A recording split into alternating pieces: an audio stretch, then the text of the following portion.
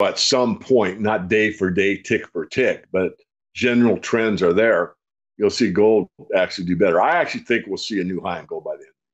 Not anything like $200 more than its old high, but a new high. And it might get there and pull back. I don't know. It's already triple topped around that area. I think it'd go through it. And I think silver still, as much of it's been beat up this year. I think 26 something was the high in early May. But regardless, I think you could see, better prices for silver as well.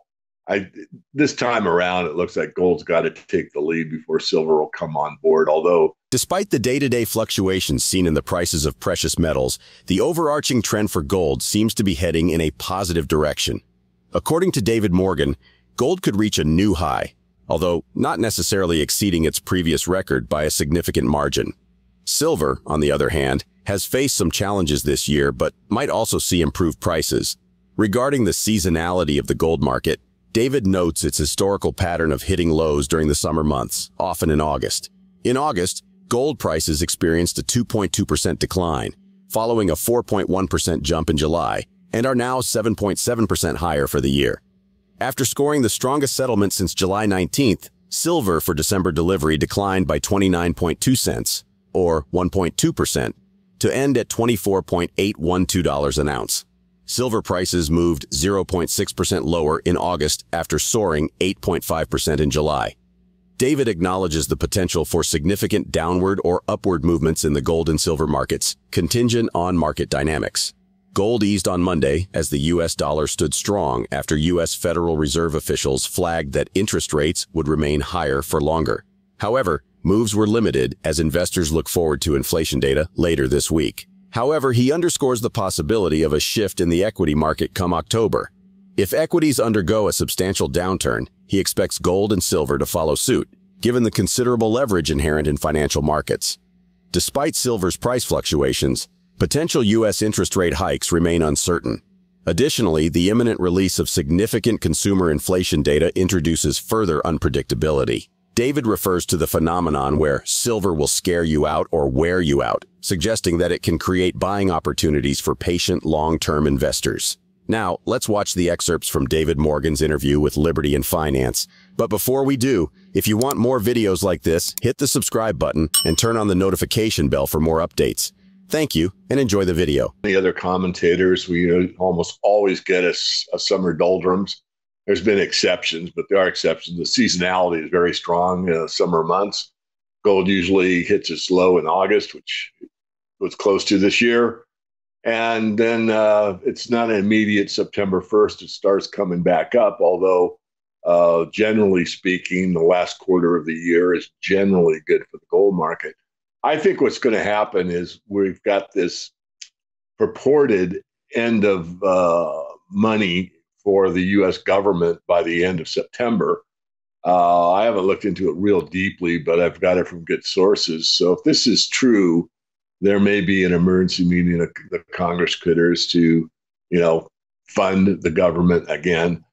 Regardless of whether any of that takes place or not, I do think and have been saying for some time, and, I could end up with egg on my face, which is fine, that October we would see some kind of market shift in the equity market. So if I'm right, and we see equities come down in a substantive way, then gold and silver will follow or all come down at the same time. That's because there's so much leverage in all the financial markets. Everything's basically computer programming with algorithms and AI. I mean, the Aladdin program that works for BlackRock, a lot of people don't even know about it, but it's been running the show for quite some time. So the idea is that I expect to pull back and everything. So I think the gold and silver market may just kind of be biding time until a clear direction is given. For example, I'm correct and they get pretty sharp spike down, or I'm wrong, and maybe the market does better than I expect, and the gold markets and silver markets start to move up. What's frustrating to me is being, I'm a student of the markets my whole life, and I'm learning more. But I don't recall seeing a market like gold or any market where we're within about 10% of the all-time high. and the sentiment is so bad. If gold was down at, 1,500 or 1,600 or something like that, I could see the sentiment being where it's at, but it's not. It's basically hanging in there, as you said, and it's within striking distance of the all-time high. And yet everybody's got a long face like it's trading at very low price. I mean, both your major gold companies have a pretty good margin and they're making money in fiat terms. And that's not true in the silver market. I mean, depending on how you figure all in sustaining costs, we're anywhere between $22 and $25 the ounce. So most of these silver producers are not making money, or if they are, they're not making much. So, you could be glum if you're a silver investor for the right reasons, meaning, it's really not doing well relative to what the costs are. But gold's a different story. And yet, from what I see, the sentiment's low. So I just want to make that comment because, again, it's unusual to see something, but I think the reason is that it's just doing what that famous, I know it's famous, that adage that I coined so many years ago that silver will scare you out or wear you out. It'll just go sideways in a trading range for so long, you just get bored, you give up, you sell out, or I'm never buying a silver again or whatever, because those are perfect times to accumulate if you're a long-term investor. But a lot of people in the world of investing are really not that patient. Some are, but a lot aren't.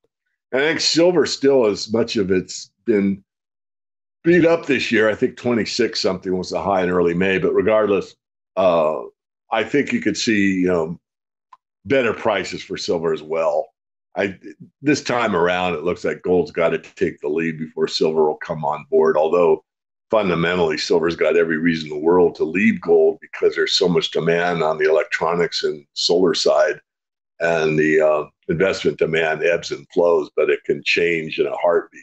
And you can go from what you're already aware of, where the retail dealers are actually having a pretty tough time sourcing metal in a timely manner, and then of course, as I said, people are wearing them out. It's like, I don't need any more. I better sell some back or whatever. Anyway, back to you. Federal Reserve officials on Wednesday signaled support for another rate rise this year and fewer cuts in 2024, even as the U.S. central bank held its benchmark interest rate steady at a 22-year high.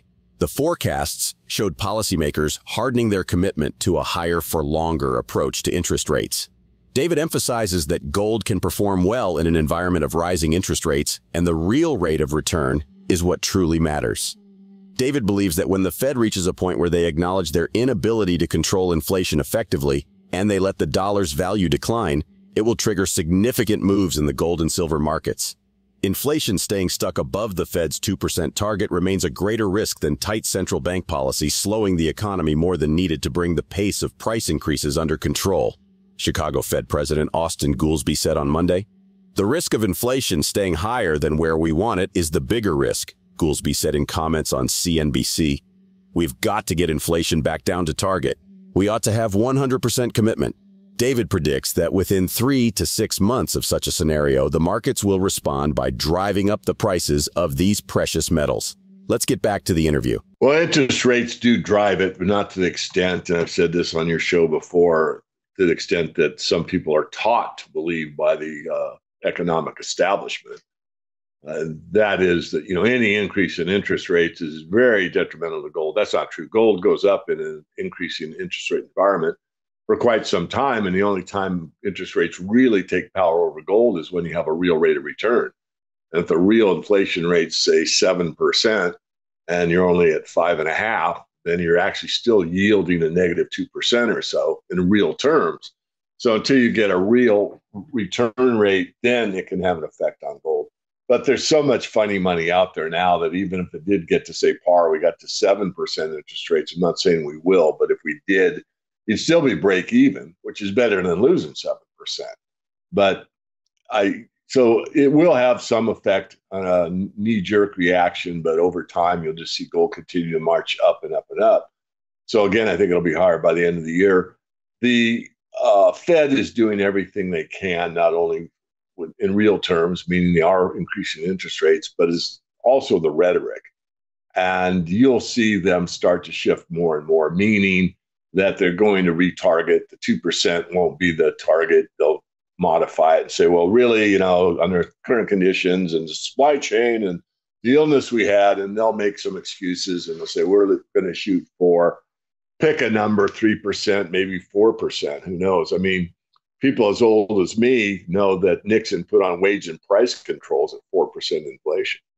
I mean, back in the 70s, we thought 4% was such a high inflation that the government installed wage and price controls.